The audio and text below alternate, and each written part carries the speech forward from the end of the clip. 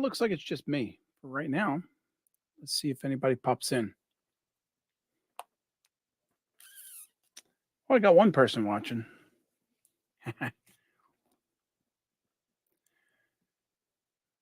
Ah.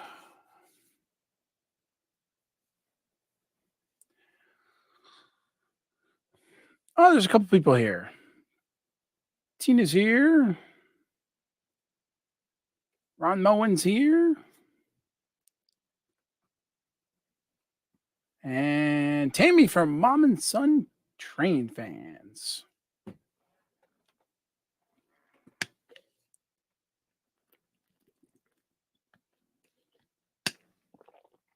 I was trying to make it a little earlier, but the kids were not cooperating at all.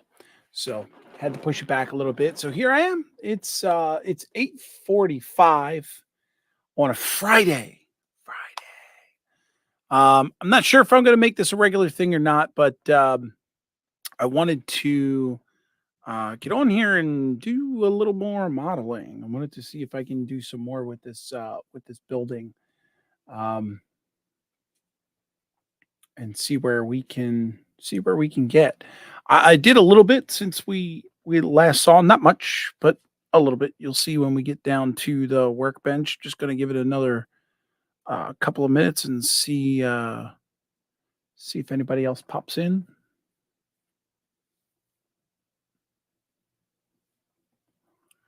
How's everybody doing? Looks like StreamYards is telling me 5 people are watching. I know 3 have said hello. There goes James. James saying hello. How are you, bud? Good to see you.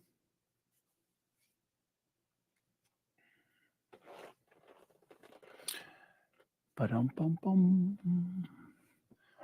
And there goes Dwight Curley. Hello, Dwight. How are you? Recovering from your shocking experience, I'm hoping. Doing good.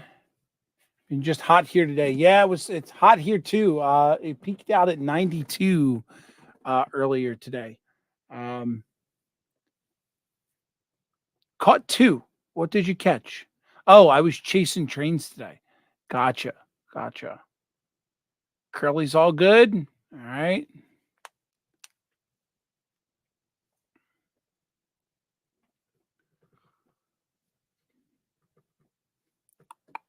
Today was my youngest kid's birthday. It was Bella's birthday.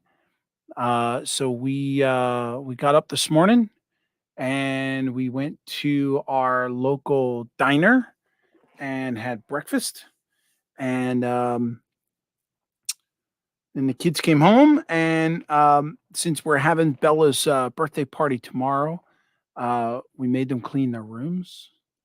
So they got to doing that, and then after that, we right about lunchtime, a little bit after lunchtime, we jumped in the car, ran over to McDonald's, grabbed some McDonald's, and then went out to the airport and watched some planes land in and taken off for an hour or so. And then,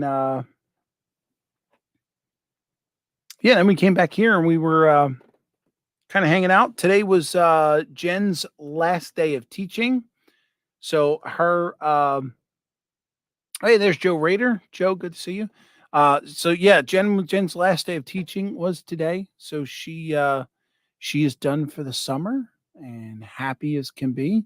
Bella is 4 now. And I think I mentioned Grayson's birthday was a couple days ago. It was back on Monday. And he turned 6. Yep. A couple days ago. So yeah, those guys are back to back, literally almost 2 years apart by days. Cool. Awesome. James, can't wait to see it. Always love train videos.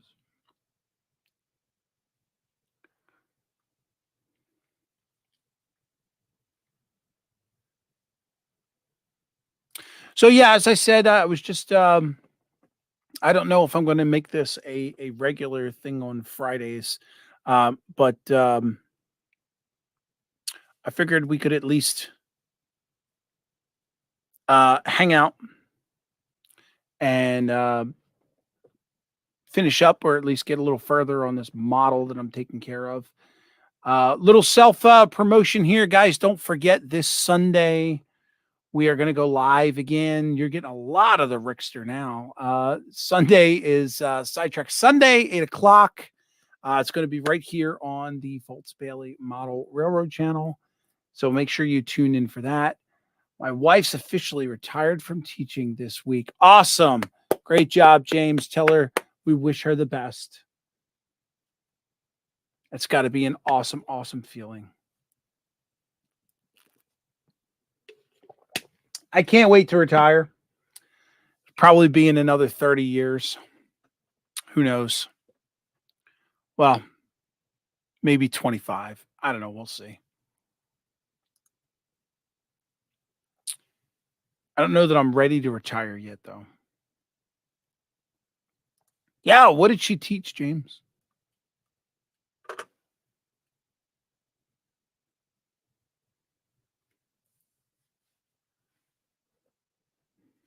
Teaching is such a cool profession, but you definitely have to have the right support and the right kids. If you don't have that, um, it's just going to be downhill.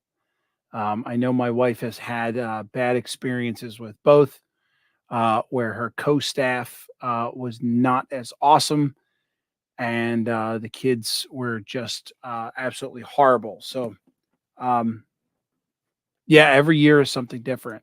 Split Rock, Thomas is in the house. Hey, Thomas, good to see you. Grade 4 and music. Um, my wife has taught a couple different grades. Most recently 7th grade. But I know she's done 8th grade. I know she's done 7th grade. I believe she did 6th grade years ago. Um, she's done pre-K, she's done kindergarten. I believe she did 2nd grade, and I think that was her favorite.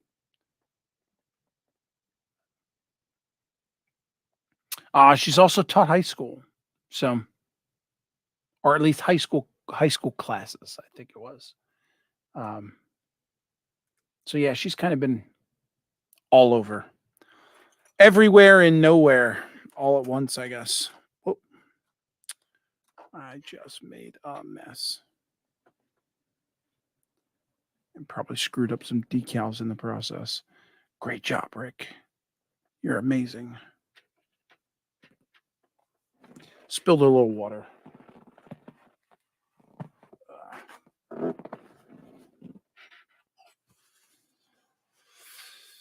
Uh, my sister, retired teacher, and she taught high school science. That's high school science was it was always a favorite of mine. Science was always a favorite of mine, even in grade school. Um, but some of the more complicated stuff, like uh, I didn't get chemistry too well, and physics I got, but only to a point.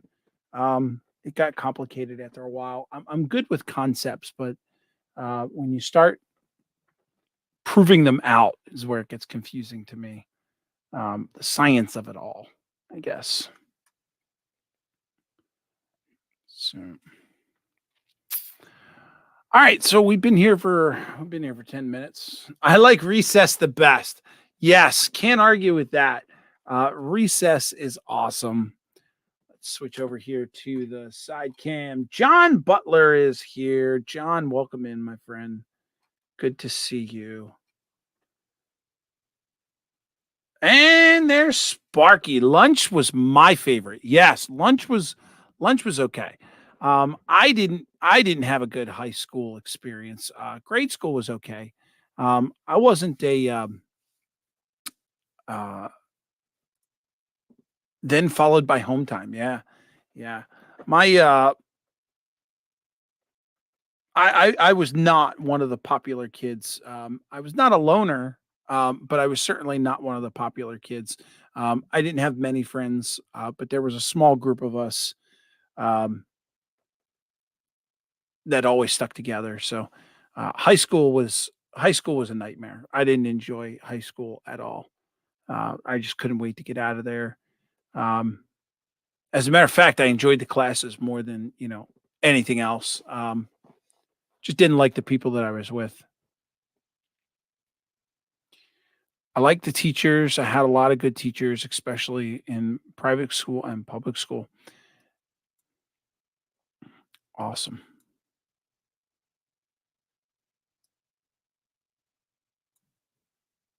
There we go.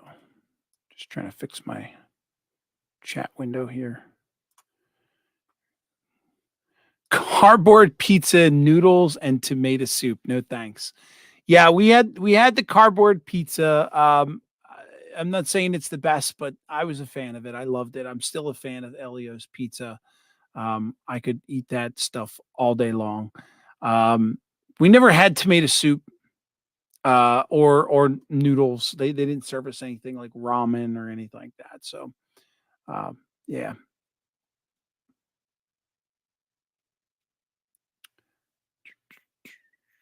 cool. All right, let's jump down here to the workbench and see if we can get a little bit further. I think tonight we're gonna try to glue in some. Oh, I just realized I should have did that. We're gonna try to do.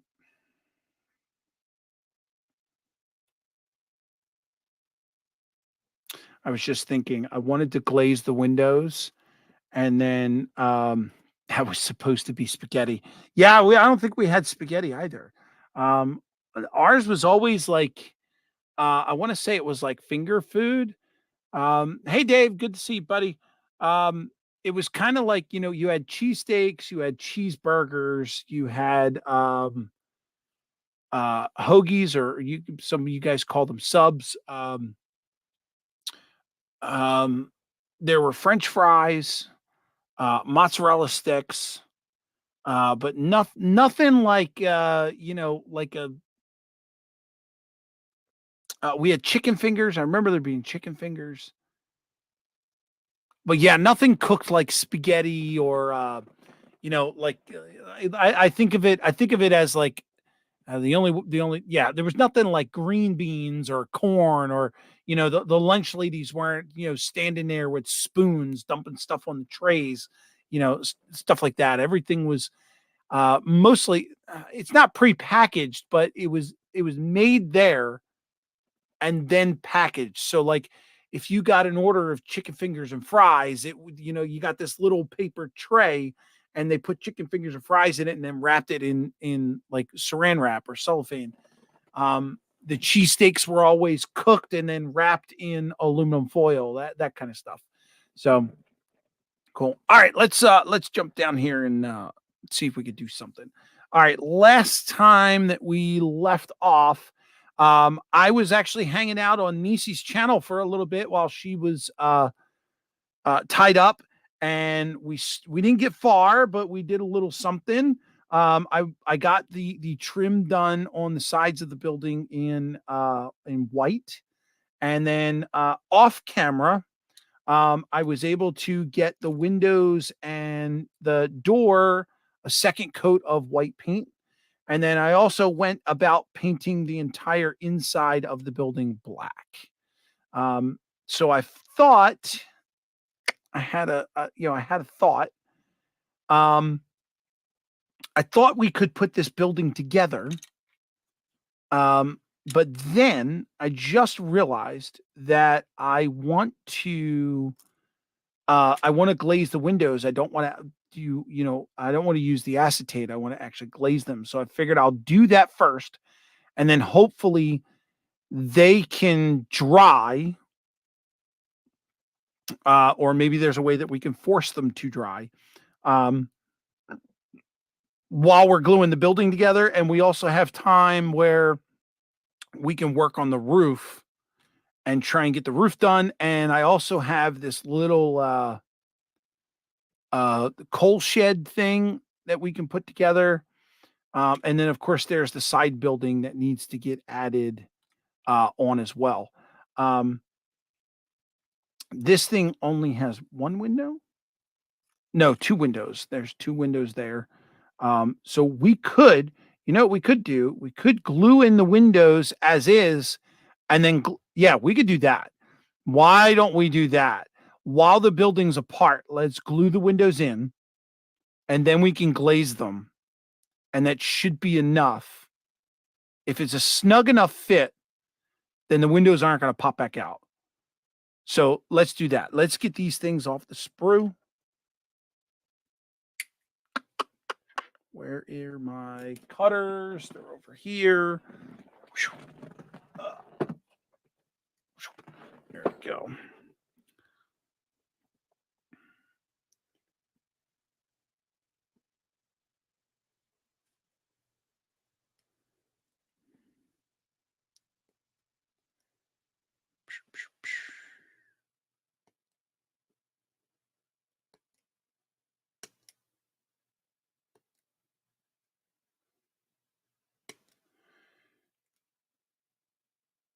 Trying to get as close to the frame as I can, but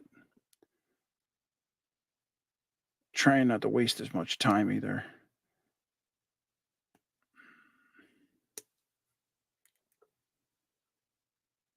Whoa. Almost snipped the whole frame on that one. That would not have been good.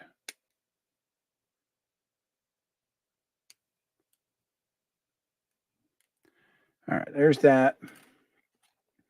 As always, keep a hold of your sprues because you can always use these and sand down those little nubs and use them for piping.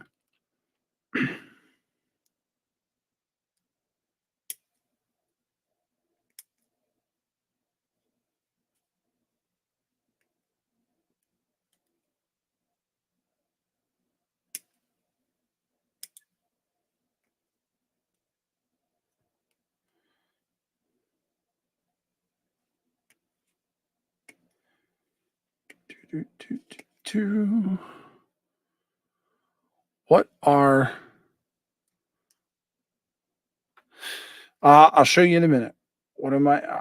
I'm guessing, John. That's supposed to say, "What am I glazing them with?" Look at that! That whole window just broke. I'm gonna try and salvage that. And no, I did not cut it, but it is like halfway snapped in two. So let's try and get that in place. Glazing. Glazing is going to happen with this stuff here. Come on, focus in. Testers, clear parts, and window maker. All right, so that little window is actually going to go on this, or it could go in there or there. I'm going to go in here with it. And I'm going to do a little bit of aliens on the window.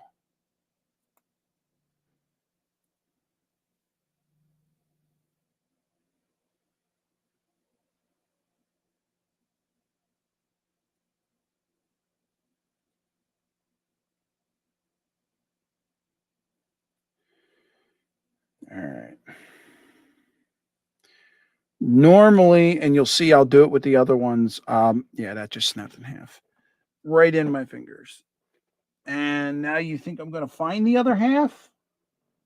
Even though it fell directly down, it is nowhere.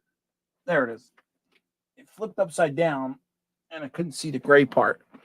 All right, so that snapped directly in half. So let's see if we can figure out this. Let me look at the other one. Because one of these has a windowsill, and the other one doesn't. So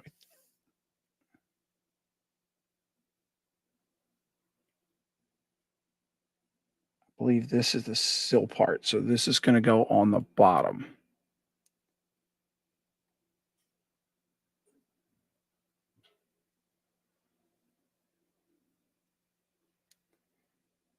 And that I'm going to put on the top.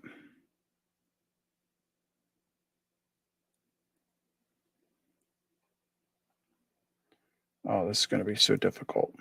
Oh, nope. There we go. It found a hole. It found it. It found it. It found it. All right. Now, the good news is I'm just going to leave this one sit, which should let it set up. The cracks that are in it actually kind of just look like chipped paint. Well, from a distance, I can squeeze that together a little bit. Let's see if that's any better.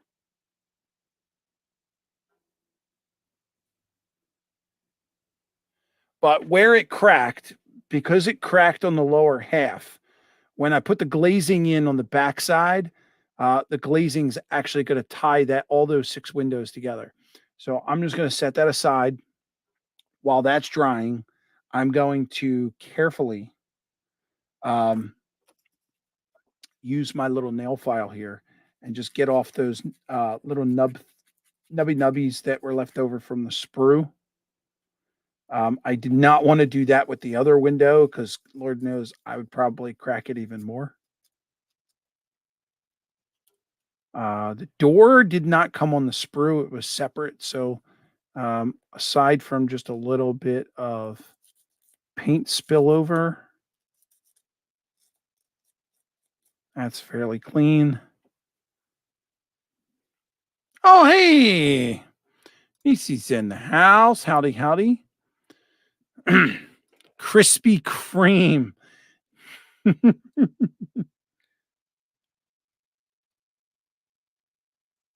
Okay. Now the only thing that I'm trying to be careful of the uh the window itself where the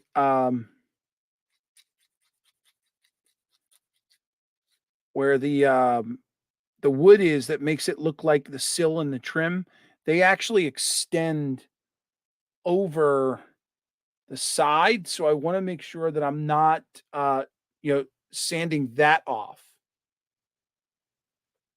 'Cause those we want.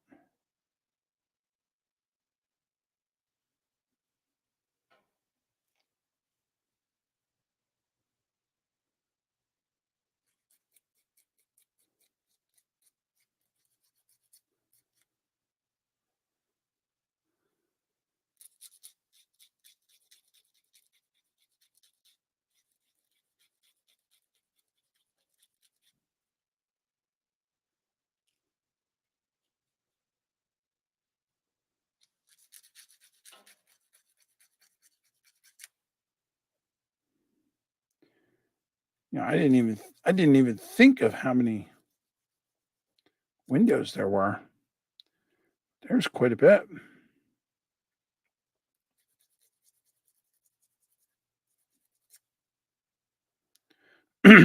And as I'm sanding here, I can literally feel them flexing uh, between my fingers. So if I'm not careful, I think we might see a couple more snaps here and there. Hopefully, not many. Hopefully, none at all. That's what I would be happy with.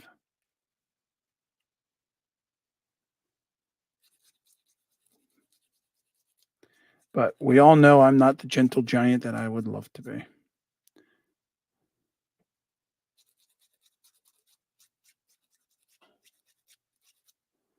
Okay, toss over the sprue. Let's get all these flipped over, make sure we got them all right side up. Something happened there. I got a Oh, the black paint when I was painting the backside, I got a little spillage over on the side here. We could buff that out later. No biggie. And that one's already setting and gluing. All right, let's handle these windows.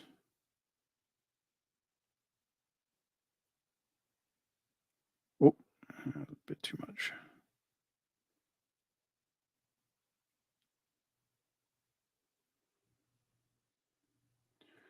Glad these windows go in from the front, so there shouldn't be a lot of spillage of glue.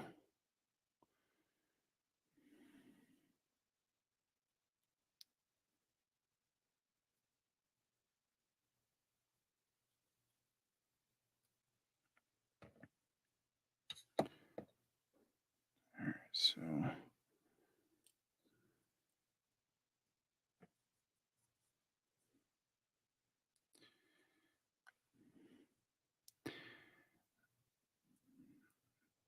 all right, that fit in, but it was a little tight. I probably should have pre-fit.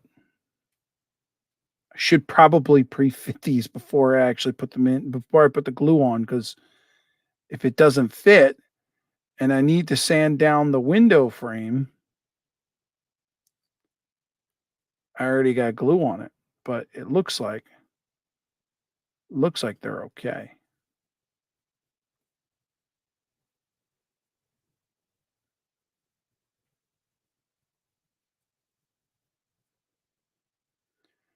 Okay, that's one.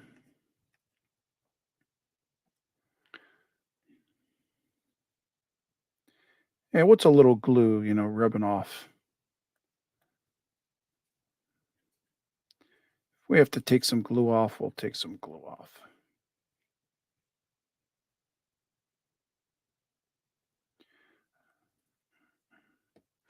As with all my builds, what glue do I use? So this is just Aleene's tacky glue. That's what I've always used. Um, you could use you could use almost anything. I've seen people use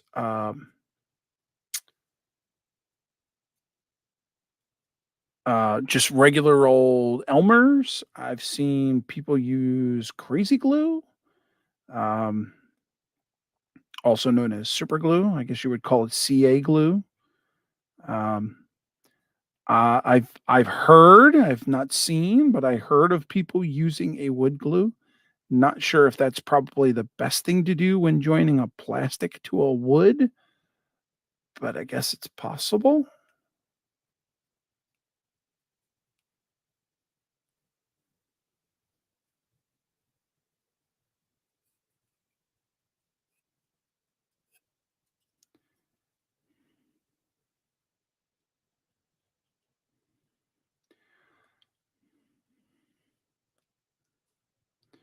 I personally love Aleene's glue. It's thicker, it's tackier, and it sets up relatively quickly. You do have some playtime with it, but once you're kind of set and you leave it, it seems to set very very well. Um, so no complaints from me. That was a question from John.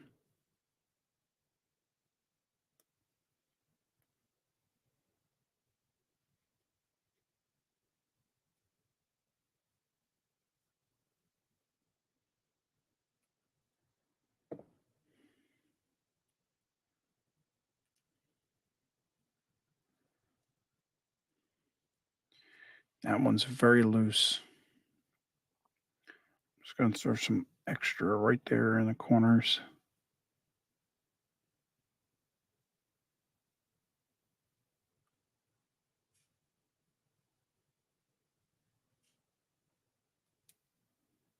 Cool. All right, last two.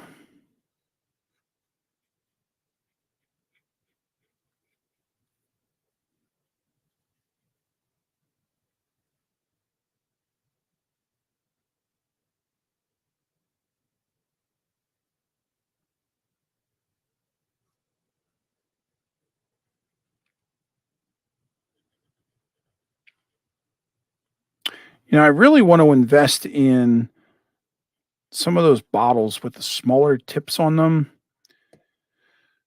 I've seen that you can get them like this size. Lord Nike, good to see you. Gallery glass for windows is my favorite for doing windows. Yes, yes. So I've got this stuff which I think can compare to that. It's what I've always used. Um, there are a few products out there. Gallery glass being one of them. I know for a fact um, gallery glass. I can't remember who's the maker of it or the brand I'm referring to. Um, but I remember when I was a kid, my mom was she was a craft person and she would make she would make t-shirts, she would make signs, she would make all these little crafty things and then she would go to different flea markets and she would sell them at the flea markets. And I remember her one time getting gallery glass and what she would do is she would get pieces of glass like she would go to the dollar store and she would buy picture frames that had glass in it and she would bring it home. She would take the glass out of the frame and then she would use different paints and she would paint an image on the glass.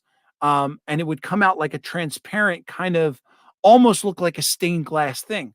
And if she ever needed to do a wavy like glass look to it, she would always use gallery glass, and that was my first experience with gallery glass. Was her using that to actually make something um, on glass. So that was the first time I ever heard about it. All right. So the windows are in. I'm going to let them sit and dry for a minute or two. And while that's drying, let's do the roof. Now, the roof has two spots. Hey, Dwayne, good to see you. Plaid, yes. Plaid was it. Yes, Plaid was the manufacturer. I remember it now. Thank you for the reminder. Yes. She also had these paints. She would do these shirts and she would paint these shirts. They her and my aunt, they were really crafty. They would get these designs and they would go down. Do you guys remember Kinko's? Kinko's was bought by Kinko's was bought by FedEx. Um, we would always go down to the local Kinko's store. I spent so many hours in the Kinko's store just with my mom doing all of these different printouts, and they would get these printouts of like you would see them. They were outlines of things like you would see in a coloring book, and they would get these outlines, and they would go down to Kinko's, and they would have the Kinko's would scan the image, and then they would print them on this transfer paper, this iron-on transfer paper. And then my mom and my aunt would then take that image and they would iron it onto a shirt. And then they would take that shirt and then they would paint the shirt. And they had this special paint. I don't know if they still make it, but I believe it was called puffy paint or something along those lines. And what happened was once you painted it onto the shirt, you would flip the shirt over or turn the shirt inside out, put it on your ironing board, and you would iron it or apply heat from the back. And the paint would puff up like I can't even describe it. It almost looked like styrofoam or extruded foam on the shirt. And it would make it puffy. It really looked great when she did stuff like the two that I can remember that just stick in my mind. She did this shirt that had the pattern of a gumball machine, and all of the gumballs in the machine were all puffy paint and tulip paint. Tina, my sister Tina, I think has all of my mom's craft stuff. So she could probably run over and find it wherever she's got it. If it's in, I don't know if it's in storage or at her house, but I believe my sister got all the craft stuff, which is funny because I'm the one who turned out to be the modeler, and I'm not sure if my sister even uses the stuff anymore. So that's funny. So uh this shirt she made, she had the image put on of this gumball machine, and then all the gumballs had this puffy paint on it, and they ironed it from the back, and it just made this texture on it that was just really, really cool.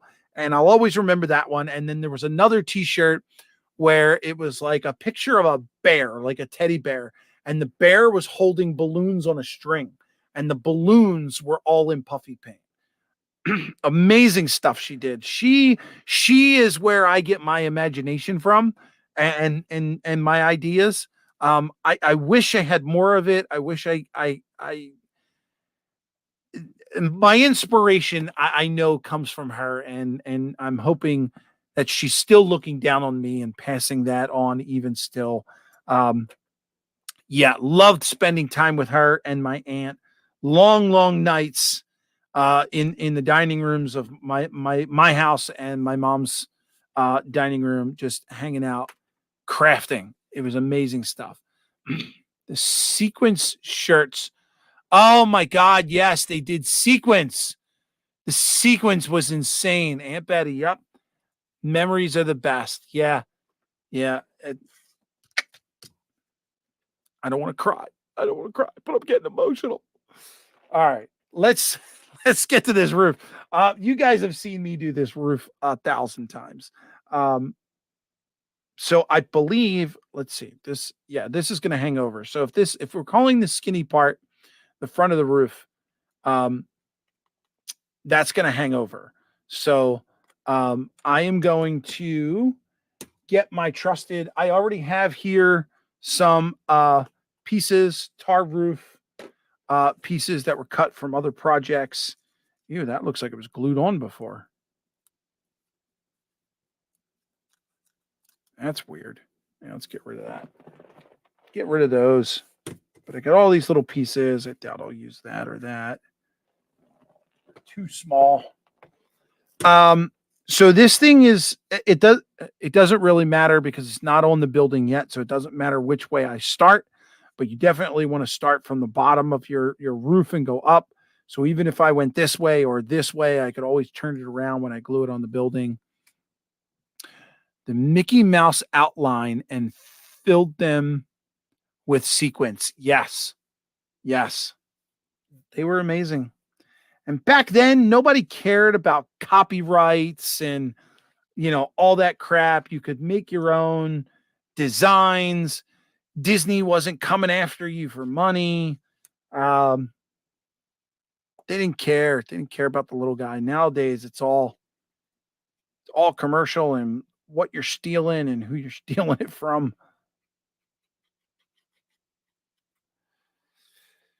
All right, so we're gonna do a little aliens on there, and then I got a coffee stirrer somewhere. Here we go.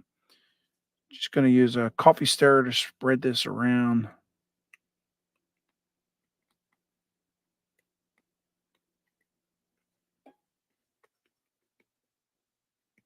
Tina, I think we should do that. Tina, I think you should set up your own YouTube channel. And I think we should find a way to do like a dual setup at one place, not like you and me on StreamYard, but I think we should be in the same place and do some sort of crafting and do something together. I think that would be awesome. Um, we should look into that.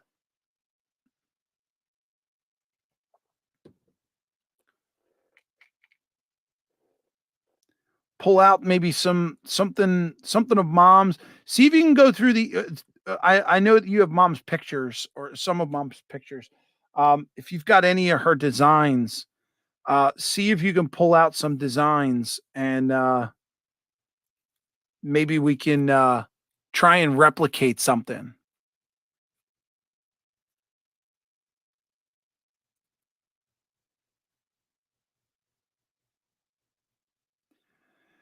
All right, so you could see here the way I'm doing this. I'm just kind of layering one on top of the other, and I'm going way over the cardboard because when I'm done, when this is all dry, I'm just going to come by with a pair of scissors or an X-Acto knife and just cut that right off. Um, you also want to, you could see how I'm using multiple pieces because a lot of times you'll find on these roofs, not everything is one layered. Not they're not going to sit here and just do one row it or another. I mean, they might. I'm not going to say it doesn't happen, um, but more than likely they're going to take a roll of tar paper and they're going to roll it out. And if there's any left over, just like a hardwood floor, they're going to use it on the next run because this stuff's expensive and you don't throw it away.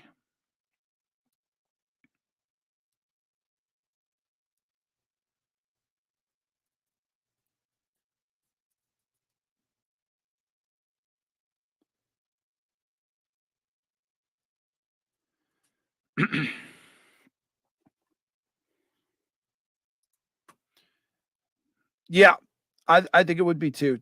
Tina, I'm gonna leave that up to you. I'm game. I'm up for it. I'm gonna leave it up to you. Find a project for us to get started on. I can bring some cameras over to your place. I can bring some microphones. I'll bring my laptop so that we can live stream and we'll get you set up with your own account. And I'm pretty sure that we can get some of these guys here in chat to come over and hang with us, um, laugh at us, whatever it takes. All right, I did a long one and then a short one. So I think over here I'm gonna do if I can find one that's maybe in the middle. You want to try and make it random. Not everything has to match.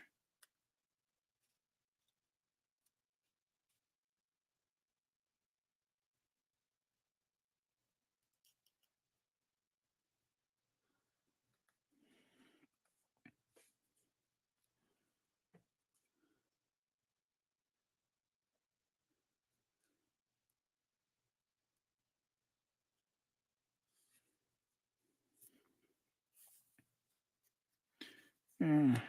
All right, this one. Exacto. This one I'm going to cut.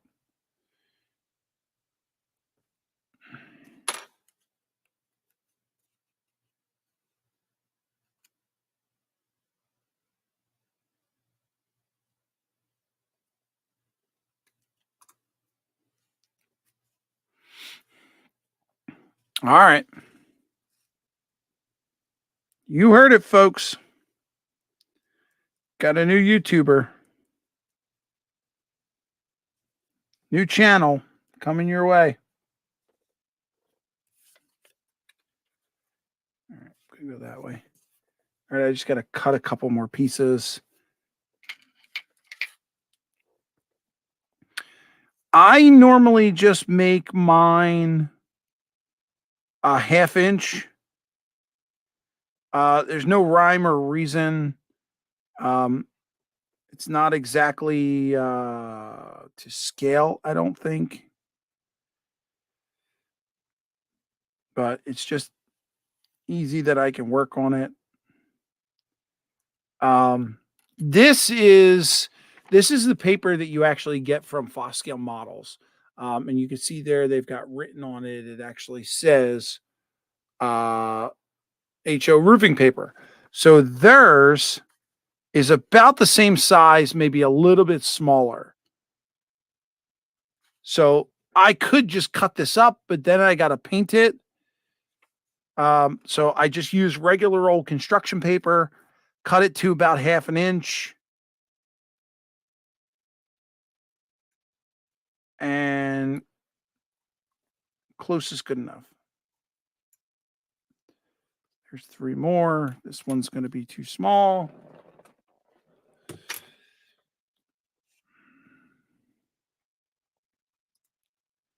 There you go. Lord Nikon.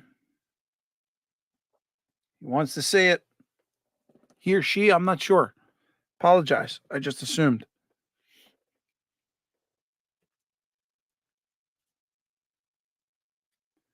I assumed since it was Lord that you were a male. But correct me if I'm wrong.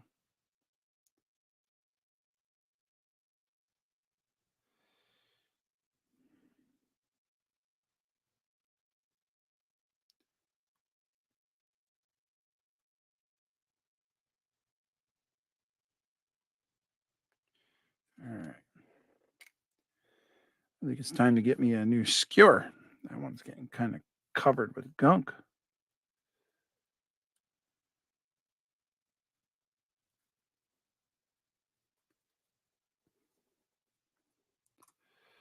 Yep, it's the name from the old Hackers movie.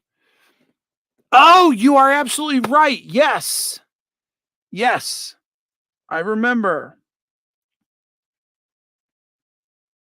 I love that movie. That's the one. I can't remember the guy's name, but that was Angelina Jolie.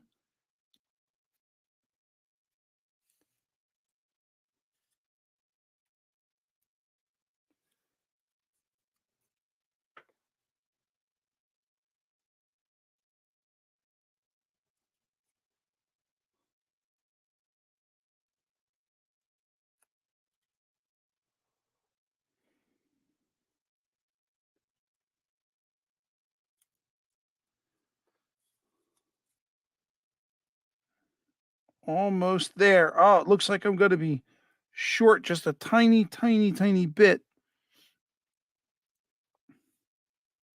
No. Oh, look at that. Found one on my lap. How about that? Let's do right there. And then we'll finish that off.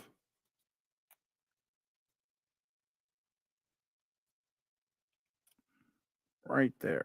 Actually, I am going to need to cut more anyway because we have another roof to do.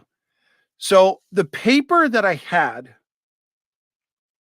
that I'm using, some of it at one point got, I think, I think it got stained with water, um, and that's what left it this color.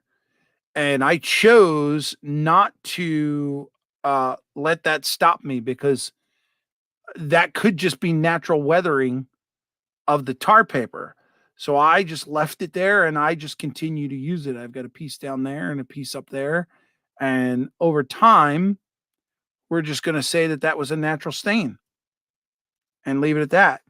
So I'm going to flip this over here and I'm going to take my 1, 2, 3 block and just place on there and let that sit.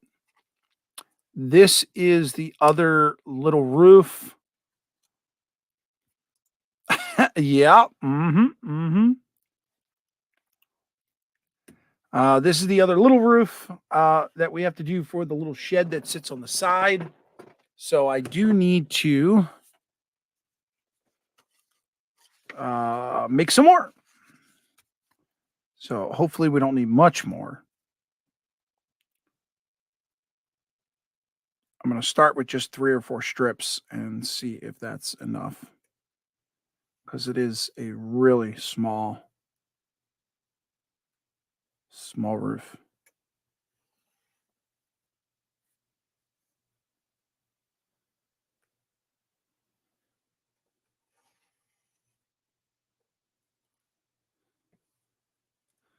We'll do 4.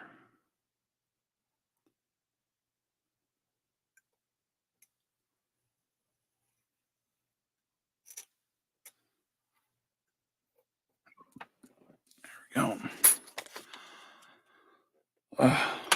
I had to buy a black ruler. I had a silver one, but I noticed that every time I put it down, I was getting glare back from the lights to me, and I was finding it hard to cut the line. And I also noticed that you guys were getting a glare into the camera, and the camera would do this funky fading thing every time. So I had to go on Amazon and get a black ruler just for that purpose. All right, so this is the shed, and this is the roof for the shed. And again, it looks like this is going to sit almost exact on that roof. Let me grab the picture here. Hey, what happened to the picture? Ah, here it is. So the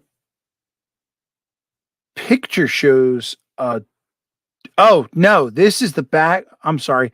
This is the back wall of that building. This is the wall of this building. And it looks like when this is on here, like that, and that will sit like that. Can't do it like that, even though that fits. It's not going to fit. It's going to be just short if you put the third wall on. Yeah, try and hold that together. No. So I believe we're going to have to go like that. Just to be sure. Just make sure it's long enough on one side. Yeah. So that will be the back wall. It'll hang over a little bit on both sides. All right. Good, good. Good, good. So these strips need to go that way because this roof's got a slant so the water can go back.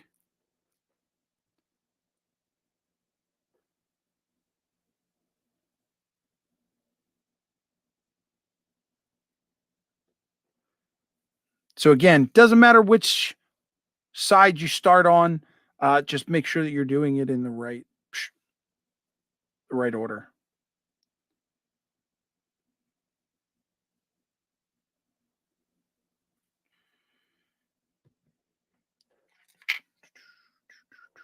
Whoop. I'm dropping everything tonight.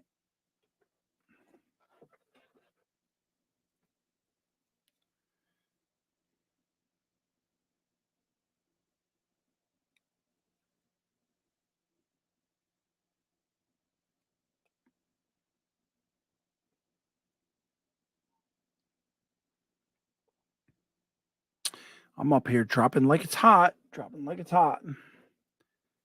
And it is. It was 92 degrees today.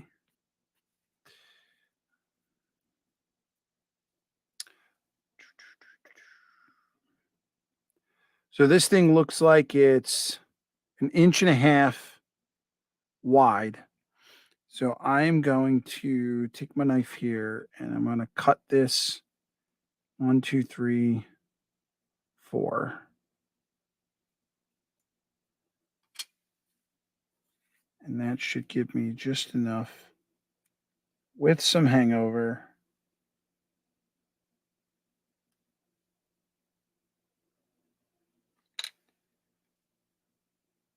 There you go.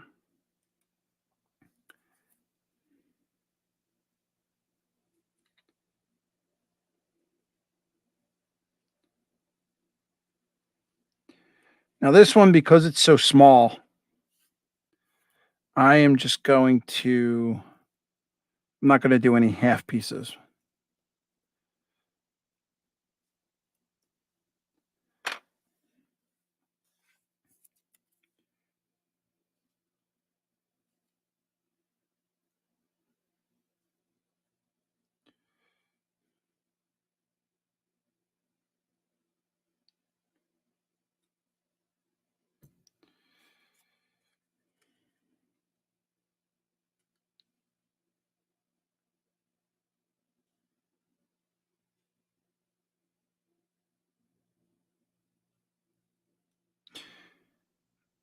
Mhm. And I'm even going to leave that over, even though that's going to touch the wall. I'll come back and I'll trim it.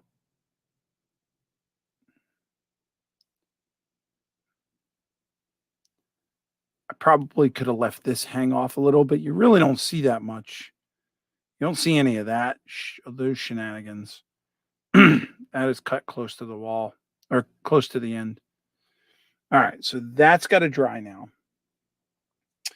And I think I will take, that's not heavy enough.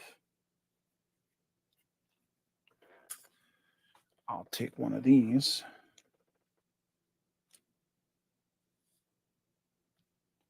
And I'll drop that on there. Let that sit. Good enough. Good, good. If you like it, I like it. And I like it. So I wound up cutting myself 2 extra pieces. Just put those aside. Use them on another project. Let's glaze some windows. See if we can get away with this not falling apart. So put this away. Back there.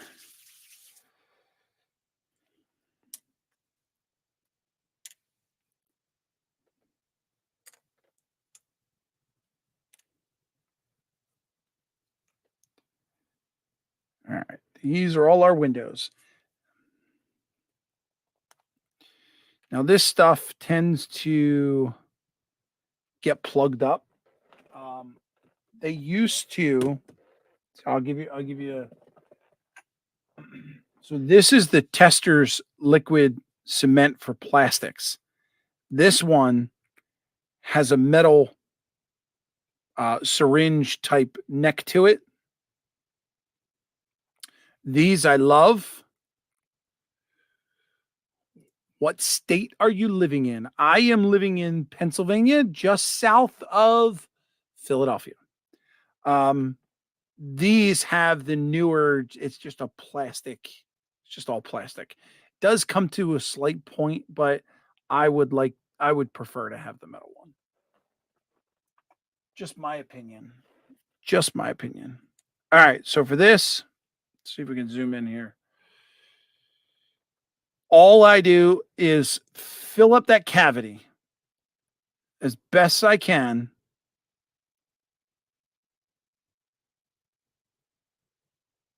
And in this case, trying not to poke out the window. And that's it. It looks like a white globby mess, but that will dry clear. So we'll just set that aside. Now you don't want to do too much. If you put, whoa, refocus. Wow, camera just went dark. Can we do white? Can we get some white in here? White.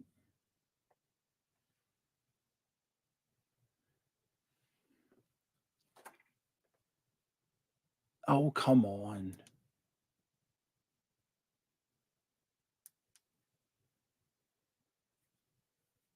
Hang on. Let me see if I can play with the setting real quick. It's like the white balance went out.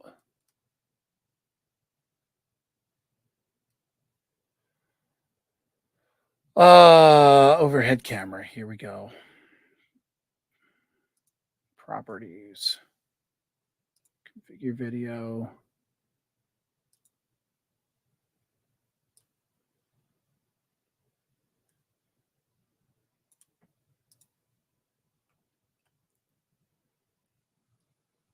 Is it brightness? No, it's not brightness.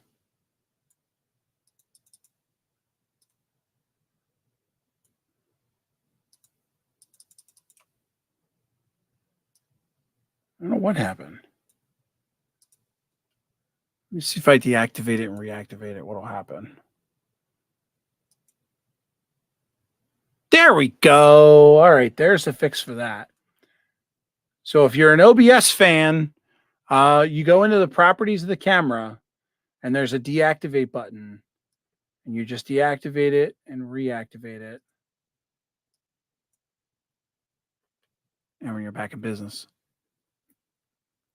As I was saying, you want to try and get a lot of your glaze on there, especially in the window itself in the opening. I usually just start by going around the outside of the opening and then try and connect the glue. If you do too much, when you go to set this down, the weight of the glue can pull. Um, I think they still sell it. I have seen it in some hobby stores. Um, I'm not sure if it's old stock or what, but I have seen it.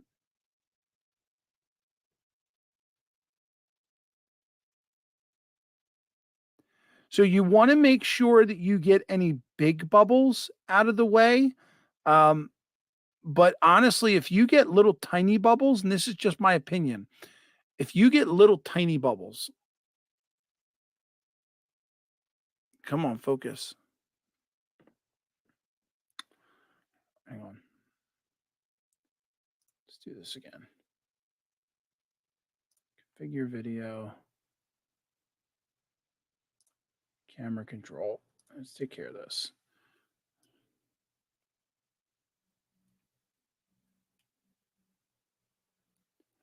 Like, see how those two bottom windows, not on the door, but on the window itself. Let me change my hand so I can see. See those bubbles that are there? When that dries, you're going to see those bubbles. Now, again, it's a matter of opinion. When you have older windows, especially windows that were like blown glass, you see those. They're not exactly perfect, but I think it gives character. So I leave the tiny bubbles, but it completely up to you. You could use a pin or something to pop those if you don't want them. Um, if all else fails, reset. Yeah, I don't want to reset everything, but yeah, they still sell that stuff. Yeah, I think they do. I think they do. Tiny bubbles in the music. All right, so I'm just gonna finish up going through these. See, if you go on the outside first, then you can kind of connect the window frames just by going back and forth without having to load it up too much.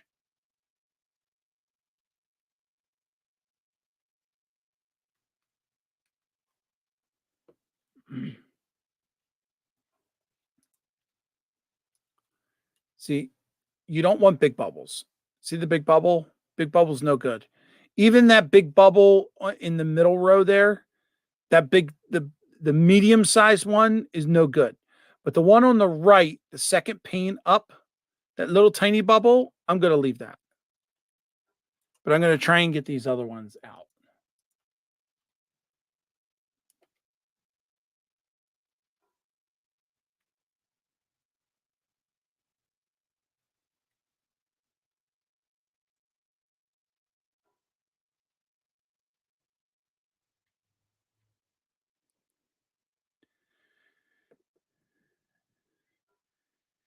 Oh, see, I did too much.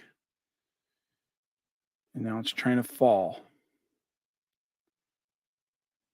And I'm hearing pitter patter of little tiny feet. Oh, yes, dear. Huh?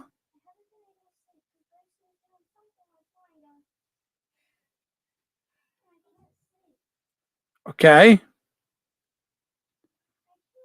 What would you like me to do, sweetie? All right. Okay. Sure. Kids.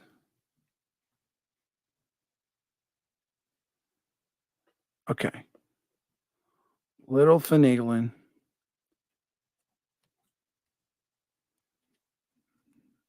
Just trying to move around the glue. So this one here looks like it's really, really thin. Just going to add a little glue. And there you go. All right.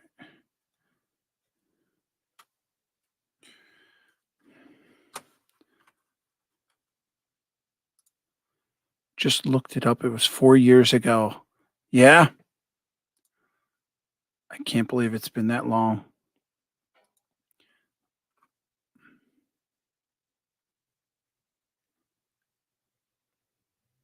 Yeah, Dwight, as a matter of fact, I think if I remember correctly, I think you and I did the same video at, like, the same time or not too long after each other. There you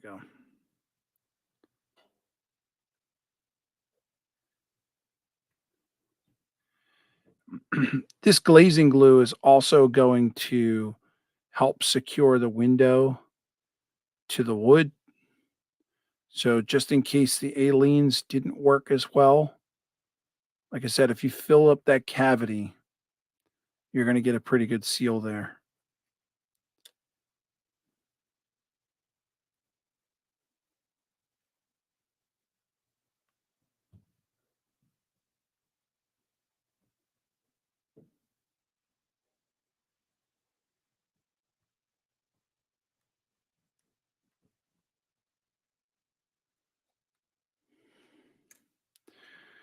All right, last two guys. Oh, so I used too much, way too much. Now everything is leaking out. All right, hold on. Got glue all over the workbench.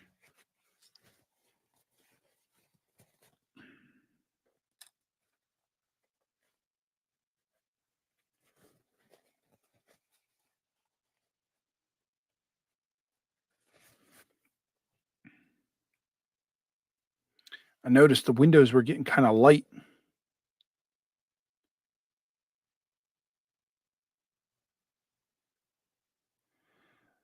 I'm not going to fiddle with it too much, but if you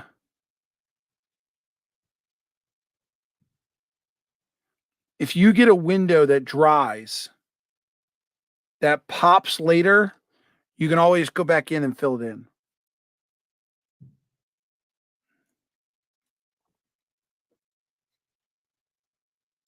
As a matter of fact, if you're doing an older window or an older building or even an abandoned building, you can leave some of those windows open and it would just look like a cracked window or a broken out window. As a matter of fact, I think I might just go back and do that.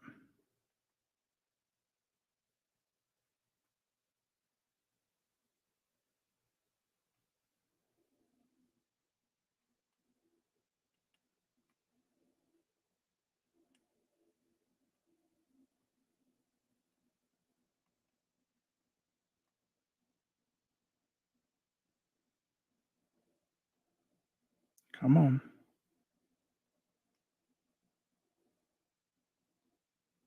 There we go. So I'm going to leave a couple of those empty.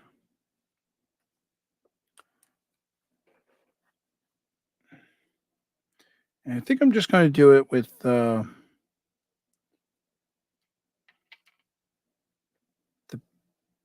bigger windows. So I can see here, and you just pop them like bubbles. It's easier to pop the ones that are not as full. I think that's enough. We'll start with that.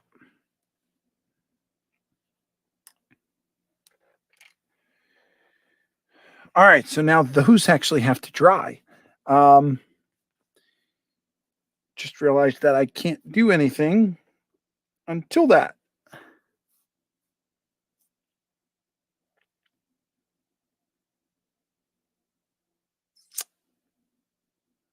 No, I really can't.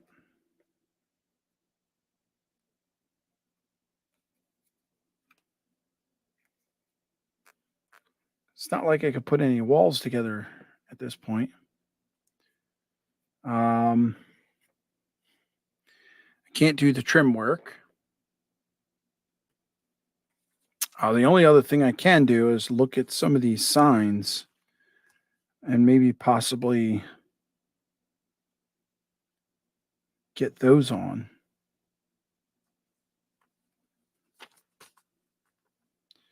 So I do like the safety first sign, this, which is here on the front of their building. They also use a yellow sign right there, which says, I need to get the camera for this one.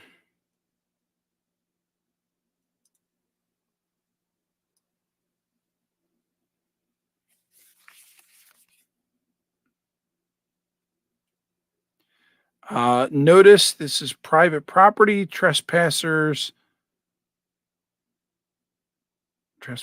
or something.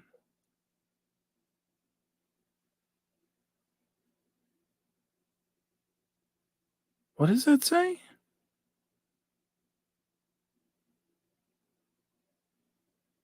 Warned? I think it's warned. Trespassers are warned to keep off. Looks like.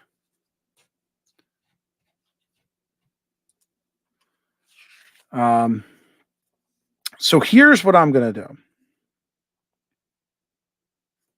I wonder if that sign, this is just like the safety arrows. I wonder if that would fit right there at the bottom of the front of the door. Maybe I'll try that.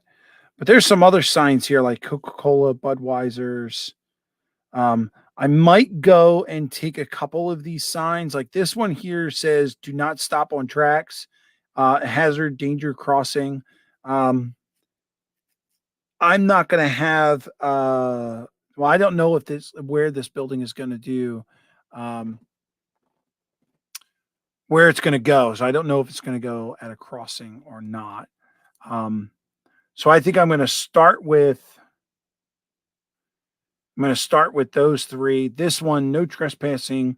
Railroad property violators will be prosecuted. I think I'm just going to do the same thing and put that on this one side, the safety sign over there, and then the trespassing sign. Um,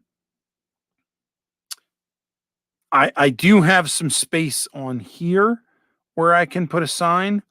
Maybe I'll put the yellow one on the back instead.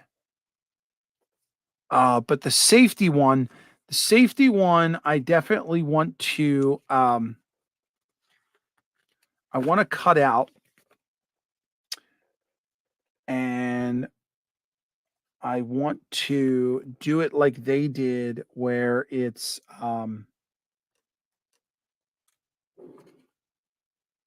looks faded, and I'll show you how that's done.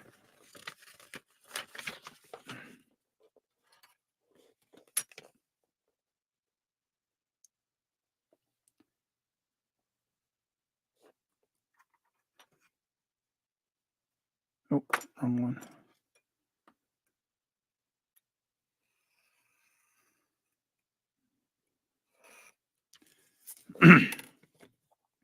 We'll cut this out a little closer as when we're done, but we're going to need the room to hold on to this guy.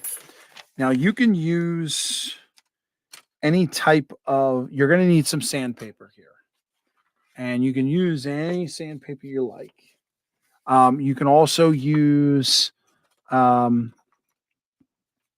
earlier I had a nail file. Here it is. You could use a nail file. You could use a sanding stick, which is what I always do. I always use. Or if you wanted to, you could just use some sandpaper. You do want to be careful. What you're looking to do is lightly sand down the back of the sign.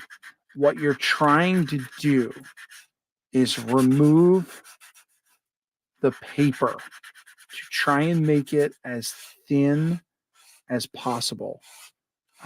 You want the paper on the other side to just barely see the safety sign. Now, this does take some time. I'm trying not to rush it, but at the same time, you guys really don't need to sit here and look at me trying to sand something. Now, this one I'm using is 240. Um, my sanding stick here, I believe, can't remember. I think it's 80 grit, which is a much rougher uh, sandpaper. I'm going to try and do this one and see if we get a little closer to what we're looking for. I'm just going to slide my paper around. I want to use this edge here that is on the slant. I am using, yeah, that's the right side.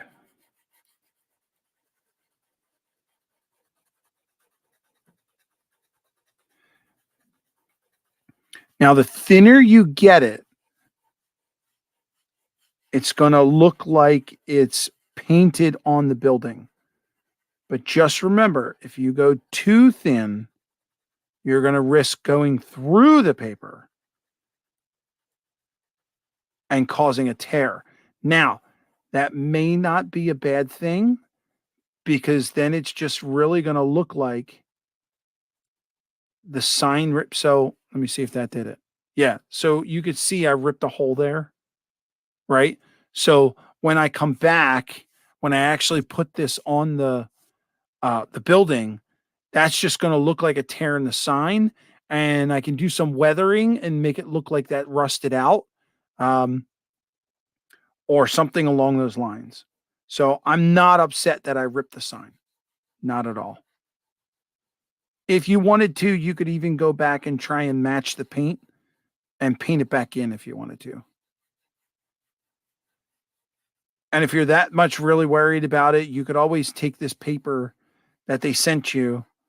Um, I'm not sure if you can look it up on their website or not, but if you had the forethought to scan the paper into your computer before you start cutting or sanding, then you can also print out, a second copy. But a sign as simple as this, where it's just a red with white letters, I mean, you could mimic that in any software. I mean, you could do that in Microsoft Word. I think you can also do it in Paint. Um, you could also do it in a graphics program like Photoshop or GIMP or whatever you feel comfortable with.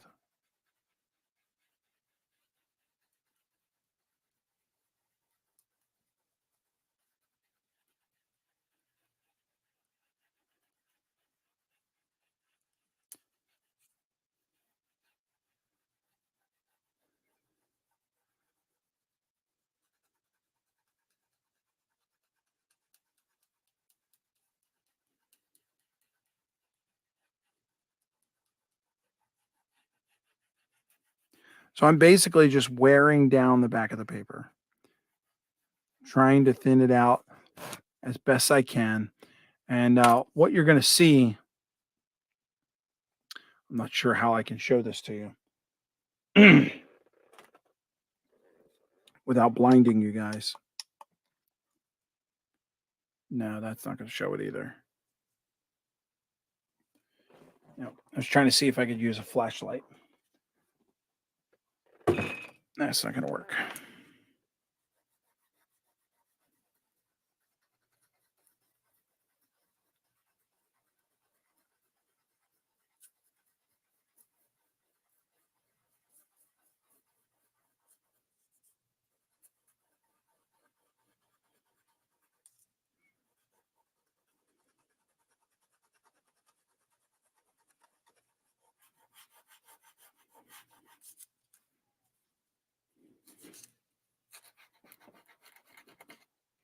I don't know if you can see it, but I can start to see the red.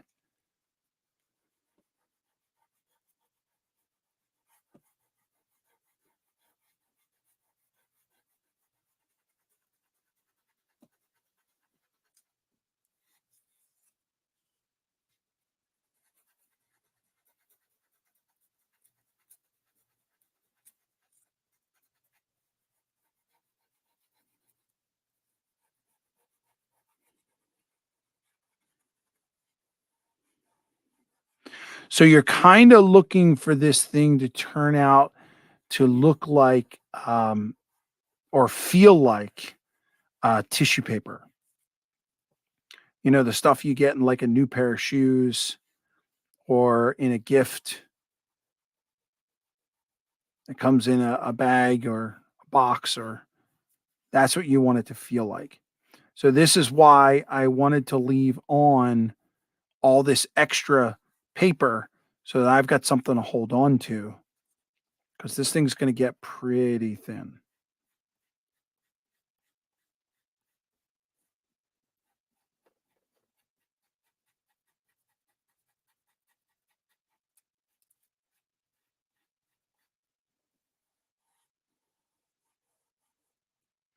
So I am just about seeing words. I can certainly see the word safety right there.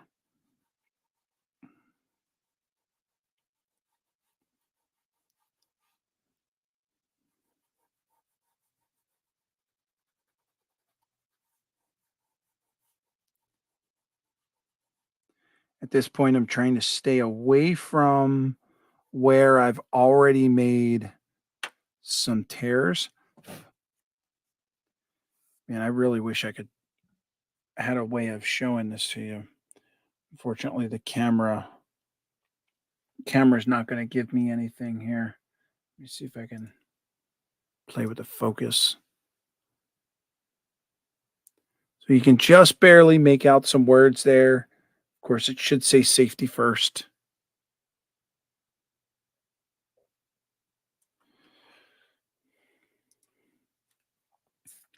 I'm going to keep going for just a couple more minutes and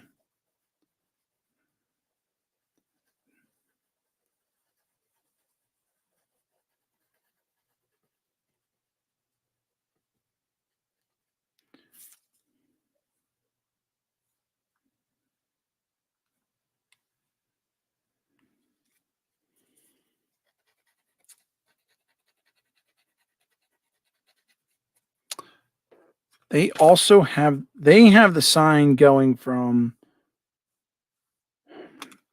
they got the sign going down the whole building. And I'm not sure. I was contemplating whether I wanted to cut mine short or not.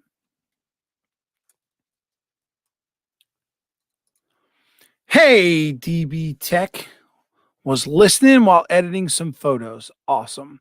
Hey, Dave, I got a let me see if I can go back up here. Oh no, it disappeared. Let me see if I can remember it. I got a dad joke for you. Um, what do why does Norway put barcodes on their battleships? Why does Norway put barcodes on their battleships? It's so when the Navy comes back into port, they can Scandinavian. See what I'm saying? Boop. What is that tool? Are you talking about this tool? This tool is this tool is something else. Um, this is I don't know what you call it. It's got a spring, right? And you when you buy it, you get like 3 or 4 of these. Um, and you can see the spring in there, and you get these sandpaper thingies, right? And you put this in here in the bottom. You pull the side down, get the paper, pull that down, put the paper on there.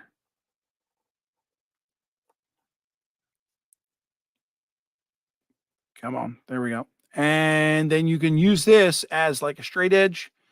You got a 45, or I don't know if that's a 45, but you got an angle there. Um, and you also have a rounded tip on the end in case you needed to get into like, some weird space there like that. Um, so I've been using these for years. As a matter of fact, you can see I've worn it down in so many places that Yeah, the tool has done me well, and all you do is keep sliding the paper around the tool until you get to a section where, like I said, like on this particular thing, I was using this flat edge, so I wanted to make sure that I had a full thing of sandpaper there, and that's what I was using to. You can find them on Amazon. I think they're called sanding sticks. Um, Let me see real quick. Hang on.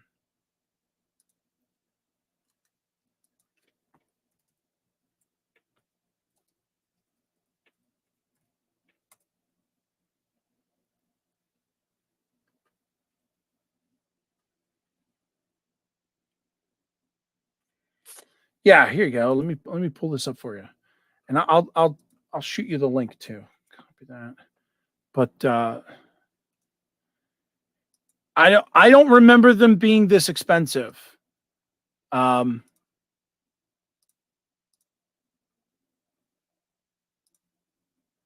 but yeah, they're called sanding detailer set. So you get all these belts in all different kinds of grits. They're made in the USA, and you get different colors. Now this is different. Obviously, mine's gray, so I don't see a gray one here. But I would search here. You might also want to search like Timu. I don't know if AliExpress would have them. But yeah, look around. $25 to me seems to be a little expensive, but yeah, that's what it is. Here, let me throw this in chat for you. Where is my chat at?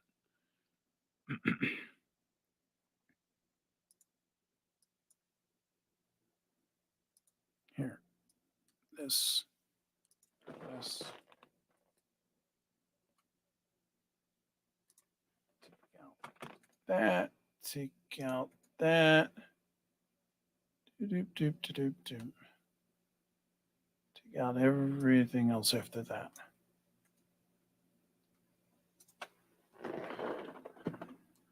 Oh, that's wrong. Don't click on that. That's not going to work. Sorry, I deleted the wrong thing. All right, supposed to take out the A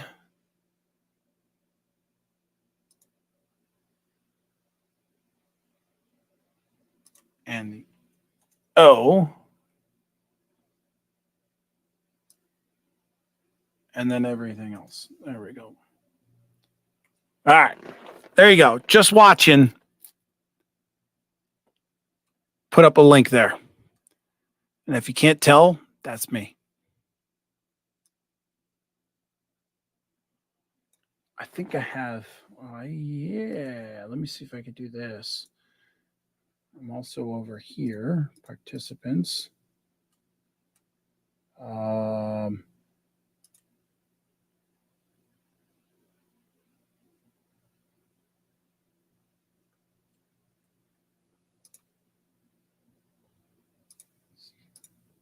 Make Dave a moderator, first of all. Dave should be.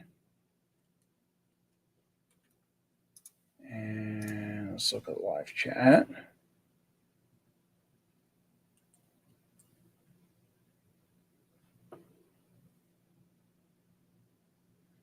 Oh, that's funny. That's great, Rick. Love it. This hasn't loaded everything yet. Not sure why.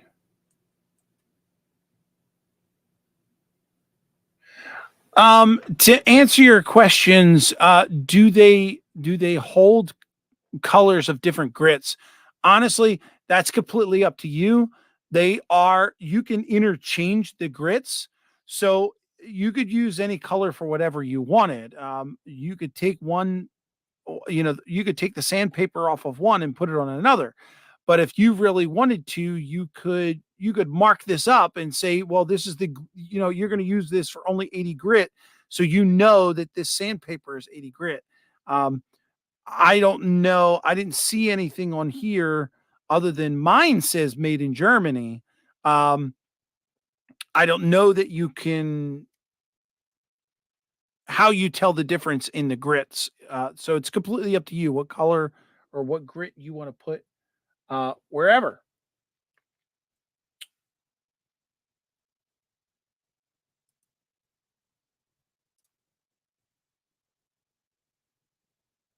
There we go. So there's that. I got a wrench. Everyone in timeout. Yep. Do it, man.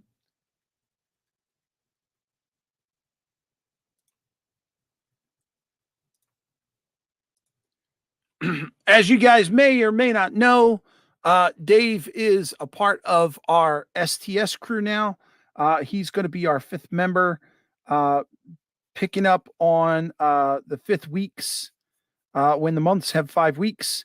And if he's available, he'll also be our fill in guy should anyone need to bail out um, or take a break or is just unavailable.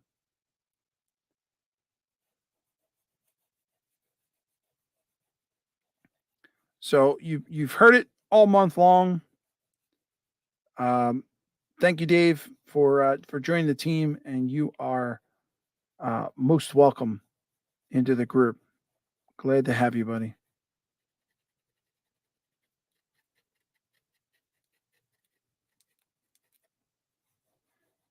All right, so I don't know how much more of this that I'm going to actually be able to take off without causing some catastrophic failure. I wish I would have known like when I started this. I'm curious to see how long this took. Um, but this is really, really super thin, and you can tell I've got multiple holes in there. So what I'm going to do now is just get my knife and my roller, and without tearing it, I'm going to make a couple light passes.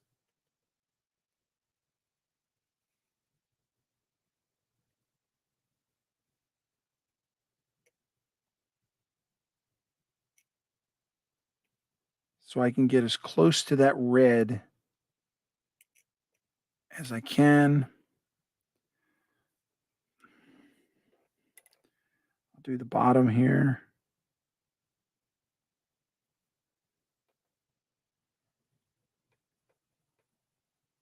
Again, couple light passes. Even though it is paper, I don't want to tear through the thing and make a horrific tear.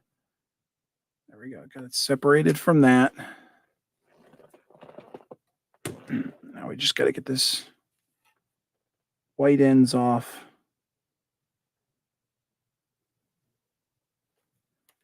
That was an easy one.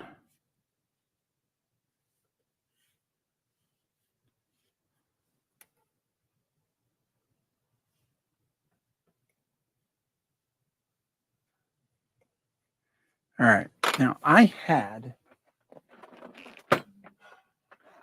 a bottle of Elmer's Glow, and I'm not 100% sure what I did with it when I moved the table around. So here's what I'm going to do. I am going to take my little tray here with my paints. And oh, you know what? Here, hang on. I had some that was already thinned. Um, and I don't know what I did with it. So let's just go. Here's straight Elmer's glue. Little dab will do you. Back. And then I'm just going to get a tiny, tiny, tiny bit of water. I've got a pipette here and some water. Just going to add 3 or 4 drops. Pipe that back. And I'm just going to give this a stir.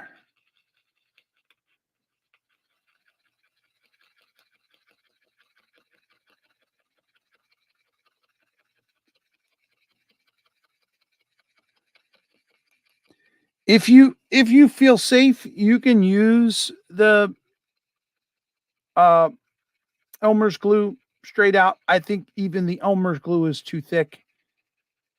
So that's why I thin it out a bit.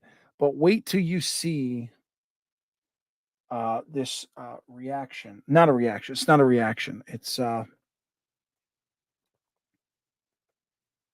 right. So the front of the building. Okay, so it's the other wall. All right, let me put this back down. This one here. So this is the one where two windows and the little window in the middle. So I am going to take this and I'm going to get a paintbrush and I'm going to gently paint the glue on.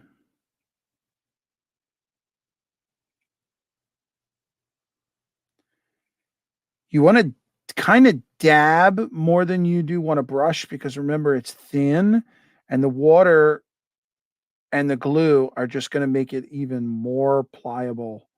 Um, you're at a risk of damaging it even more. So take your time. I'm actually going to use my tweezers here.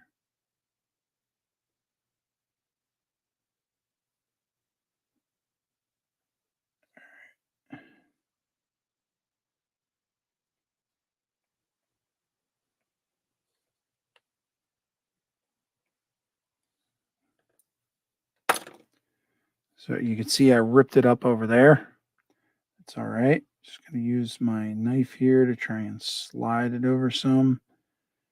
And I'm going to try and line this up with the boards.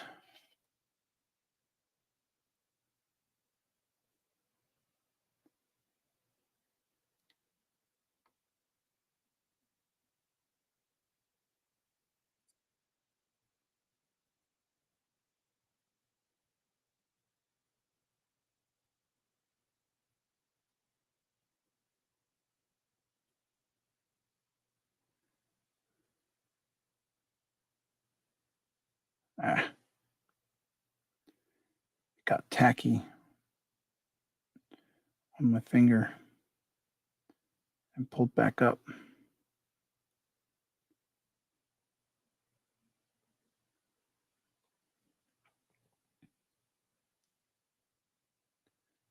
Come on.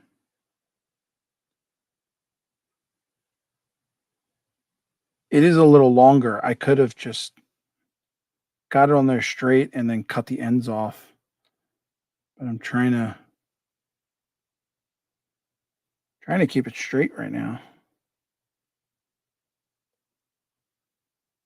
All right, I'm going to go with my first thought. All right, we're going to leave it right there. All right, now I'm going to come back with that same paintbrush. And I'm just going to put more glue right over top of it.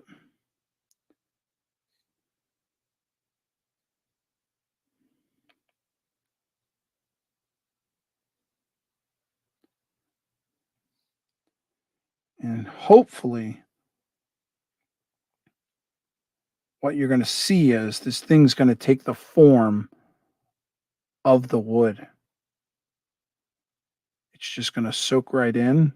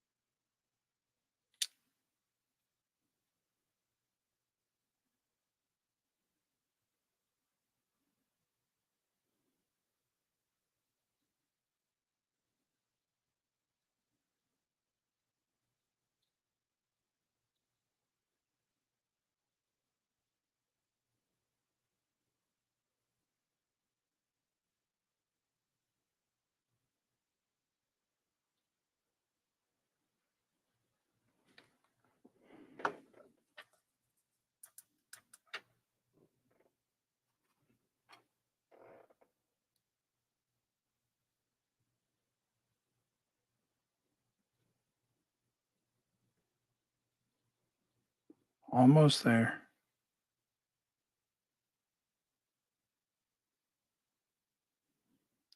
At this point, it's where you got to be really careful because even pushing with the paintbrush, you can tear the decal.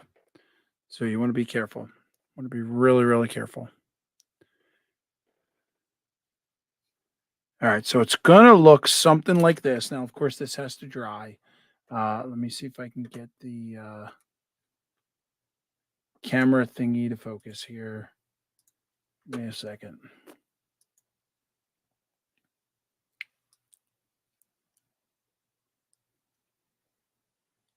Come on, back in. There you go. So you can see how it took the form of the wood. Kind of looks like it was painted on there.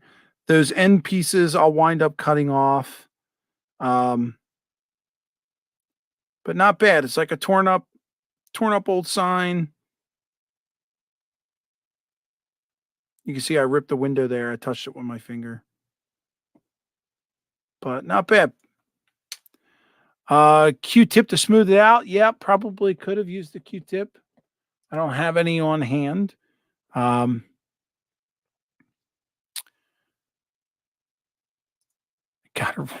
wrench everyone in timeout. Yeah.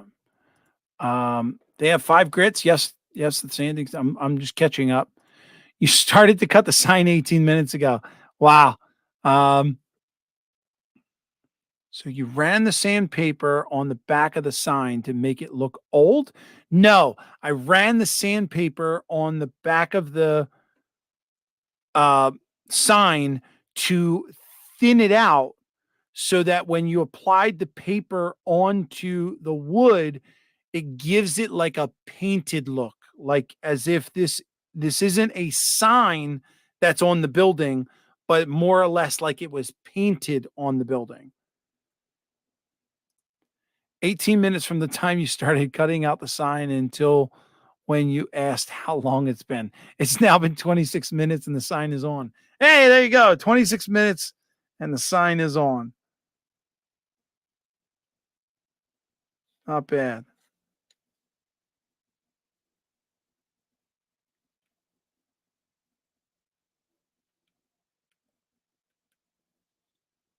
All right, cut off that excess.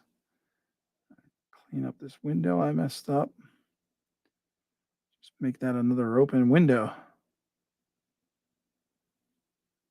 Come on, glue. There we go. Not bad. Actually, it looks like I've got a broken window.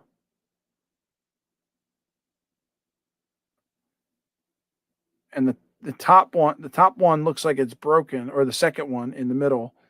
And then this one looks like it actually popped. And before I go crazy, I'm going to get out that excess that looks like it popped. So the sign's on.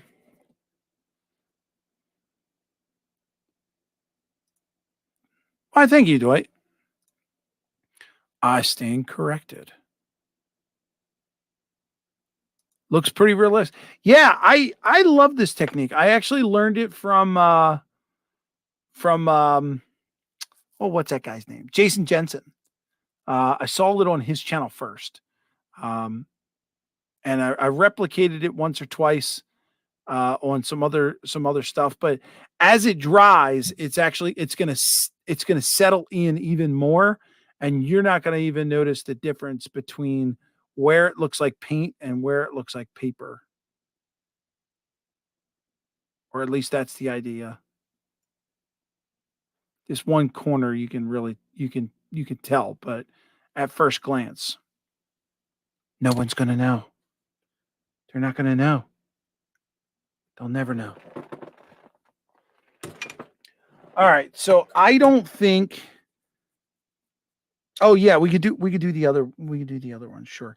Now this other sign, this no trespassing sign. Um, all right, the no trespassing sign. I'm not going to go through all that again. I'm just going to keep this no trespassing sign as a regular sign.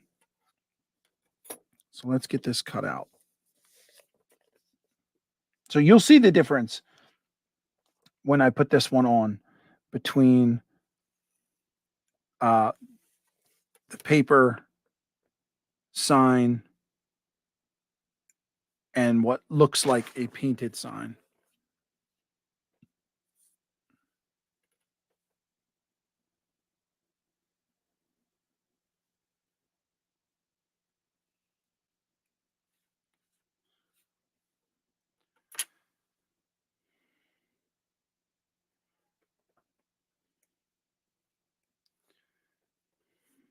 Now, this one, now what you could also do is you could get some cardstock or really thin styrene if you wanted this to look like a sign and not just be something on the side of a building.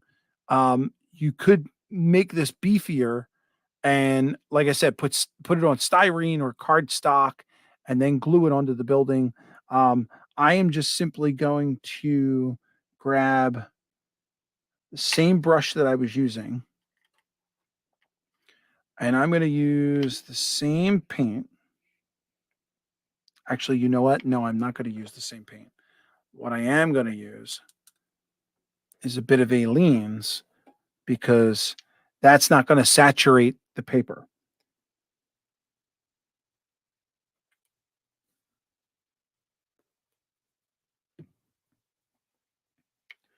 I will still use the brush.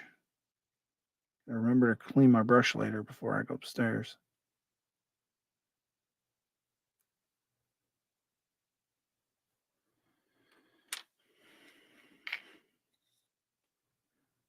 Make sure we don't have this upside down.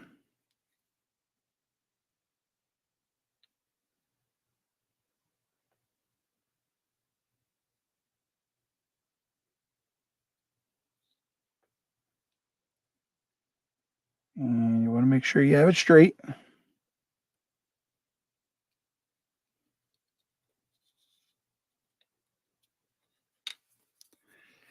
Now, of course, that one you can weather because it looks like a regular sign. So the difference between the two.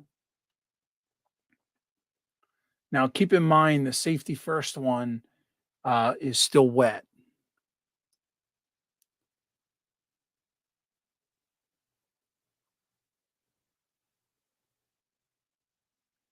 Come on, get the focus right.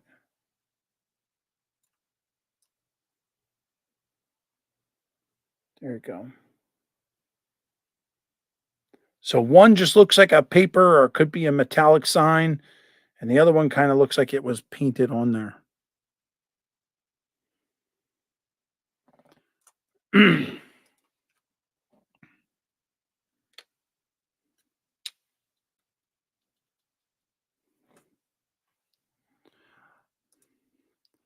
Yeah, it looks like an old painted. Now, of course, once that dries, I don't want to touch this one yet because it's still wet. But once that dries, like I said, you could rust that up. You could put rust streaks from it. Um, I think it looks more like a painted on sign, like it's been chipping. Um, Sorry, hang on just a second.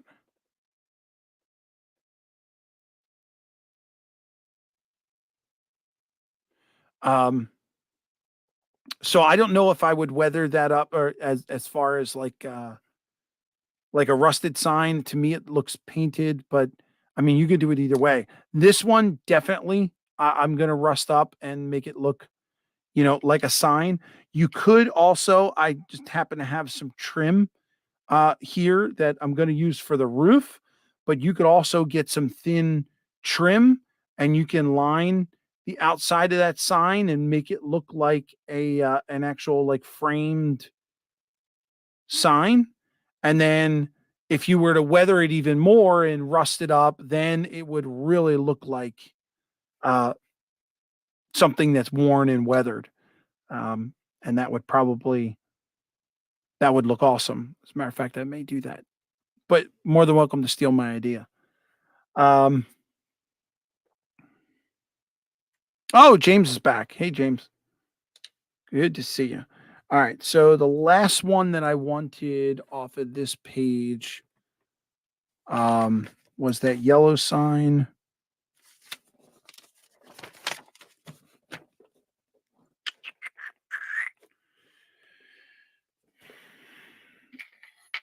I keep misplacing my stuff. Mm.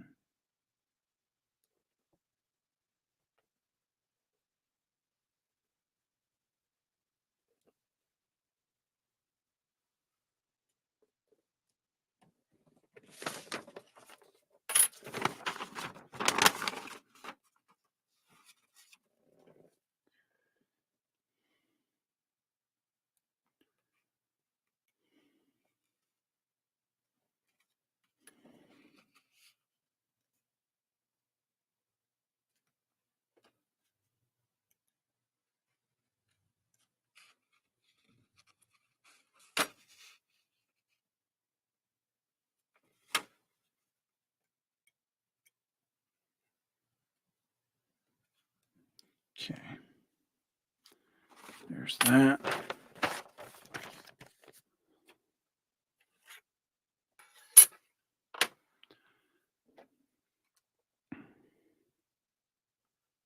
Uploaded new videos. Awesome. Guys, make sure you run over to James' channel. Check out his new uploads. Again, just using some Aleene's glue on the back here. Trying not to use so much. Lost my little spreader stick. I did actually. I don't see it anywhere. It's probably on the floor or on my lap. This is a different one.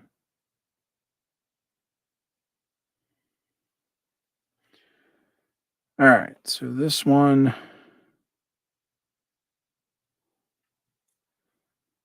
I don't think this has any up or down.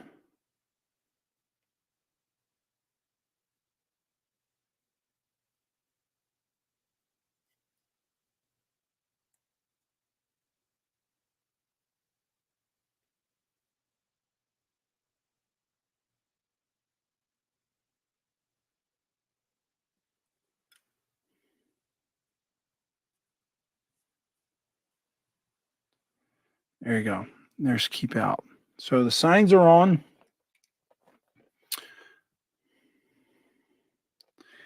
And I think with that, we are almost at the 2-hour mark.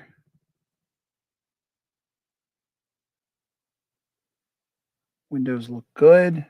They're going to dry overnight. I wouldn't suggest. So they're at the point now where they're starting to dry. You probably could use.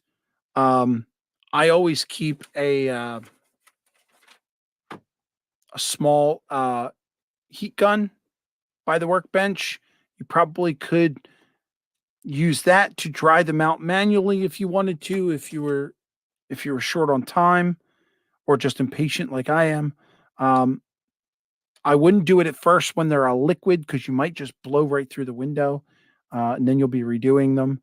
Um, but you could do that if you wanted to at this point. Um, but here's all our walls with our windows and our glazing and our trim. Uh, the roof is probably ready to go, but I'm going to let it sit there a little more while that's drying so that it doesn't curl on me. So I think at this point, we're going to call it quits. And then the next time we come together, the next time we work on this thing, we should be able to put the walls together, get a rubber band around it, and then glue the roof on, and then do the trim underneath the roof. And then at that point, we just do the little coal bin, and I think we're done.